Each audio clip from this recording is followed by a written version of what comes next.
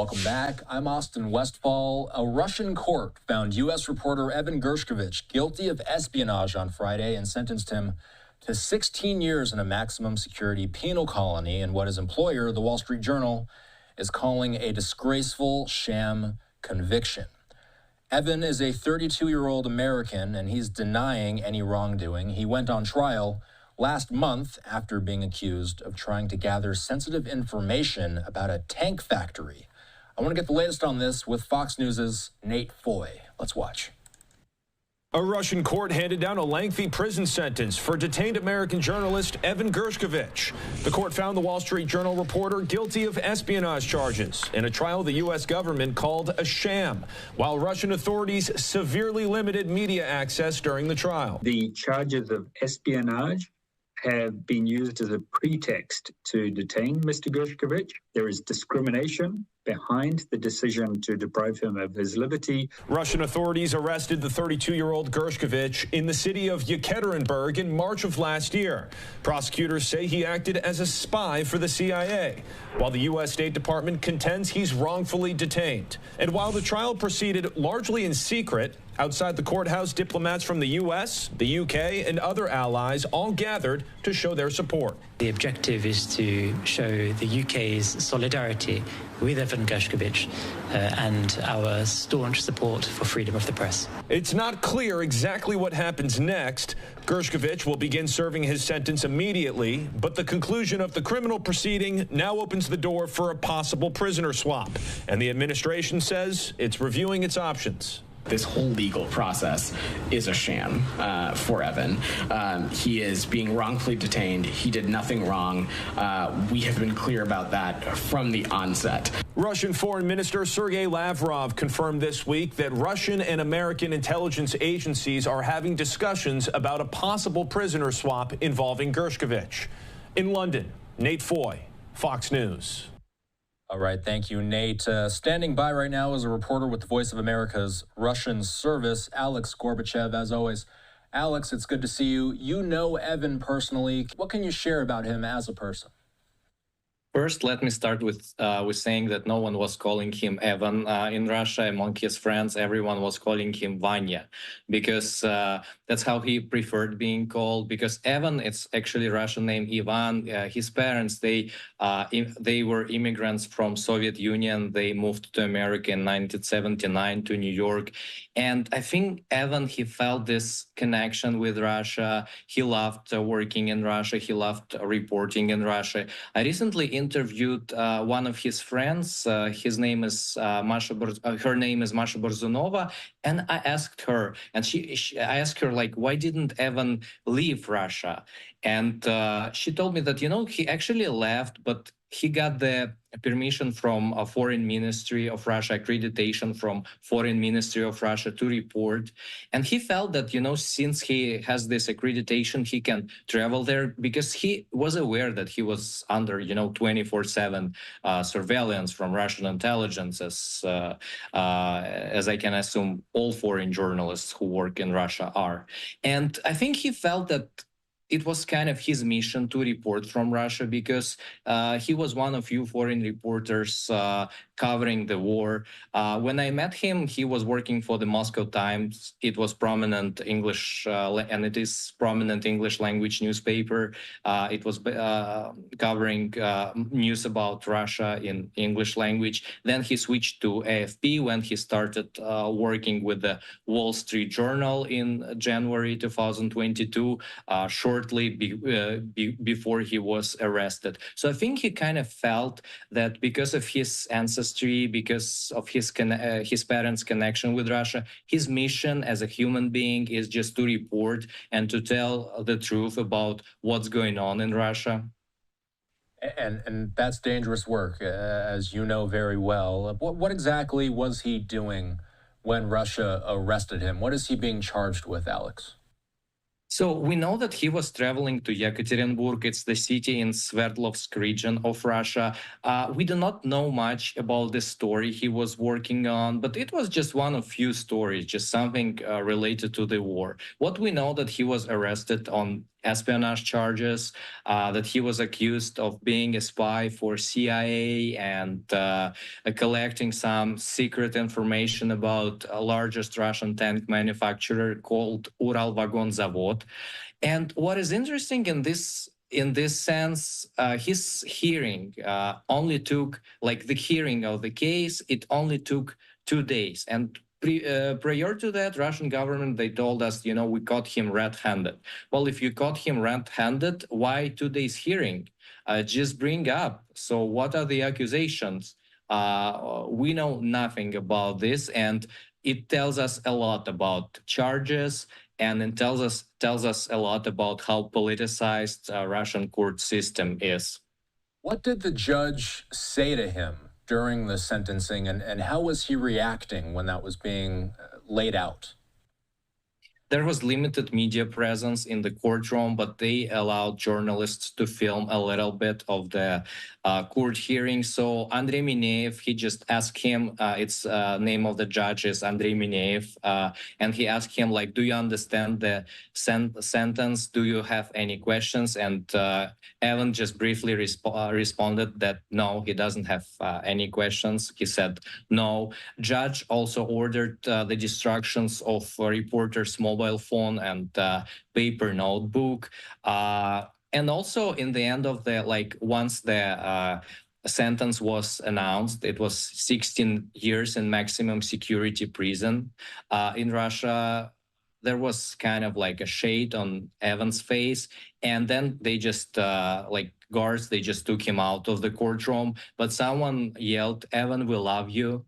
And he just waved briefly, and then he just left the room. And now the defense, they have 15 days to appeal. And as of now, he will be released in 2039.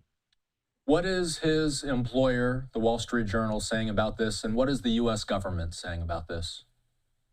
Sham trial, bogus trial. My colleagues, they spoke to the Wall Street Journal actually before the sentence, and they indicated, they emphasized that they didn't have high expectations about what they're gonna hear. First, they urged not to call this, trial, because it's not a trial. It's kind of some kind of legal procedure. Also, they in the Wall Street Journal, they emphasized that they have no expectations about judge, also that they are certain that he will be, even though he's an innocent man and his only crime was that he was doing reporting from Russia, which is not a crime.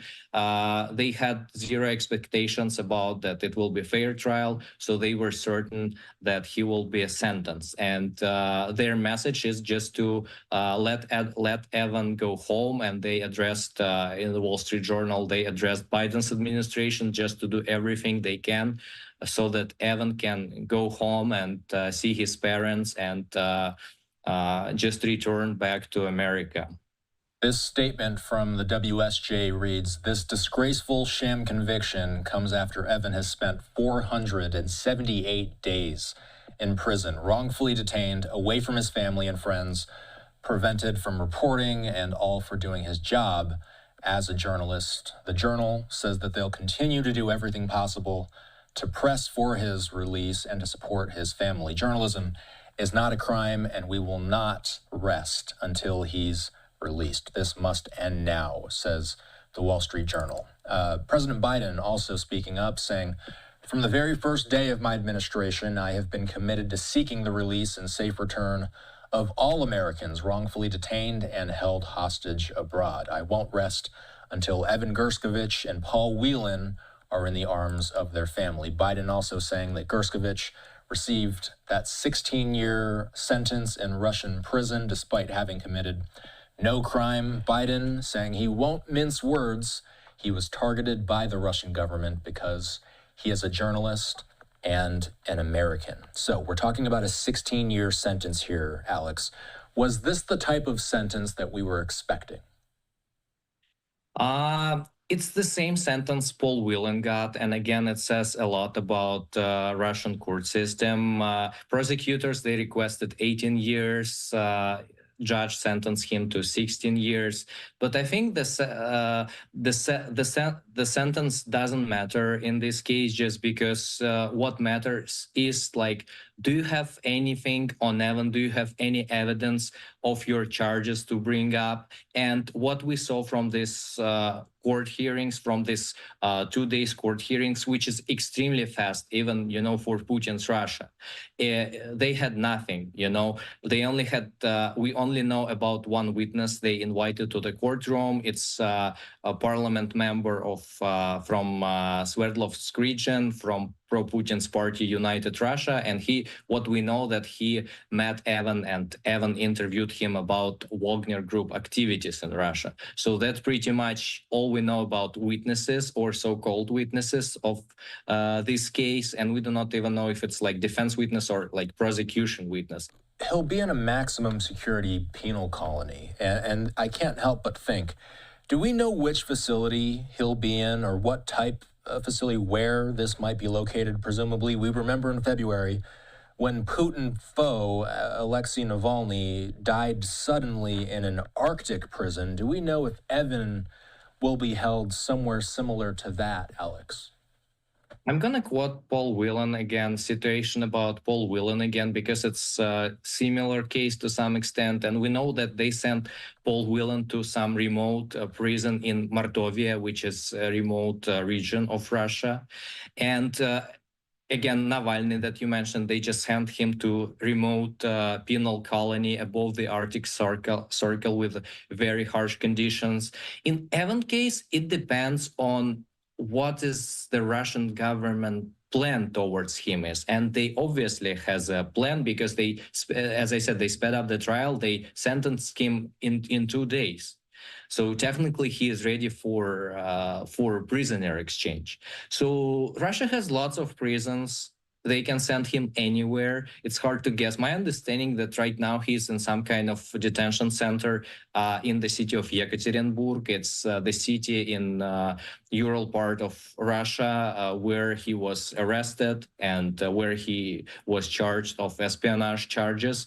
But right now it just depends on the plan on diplomatic negotiations. Maybe he will be back home soon. Maybe they will send him somewhere in remote penal colony. How common are U.S. reporters in Russia? Does this illustrate how dangerous it is for Russian media to be within the country? It's dangerous. It's dangerous for Russian media. It's dangerous for American media. And basically, Russia right now, it's dangerous for everyone who is involved in politics or who opposes Kremlin. As for American media presence, it's the only way to find out how many American journalists are in Russia right now is just to inquire American media outlets whether they still have permanent presence.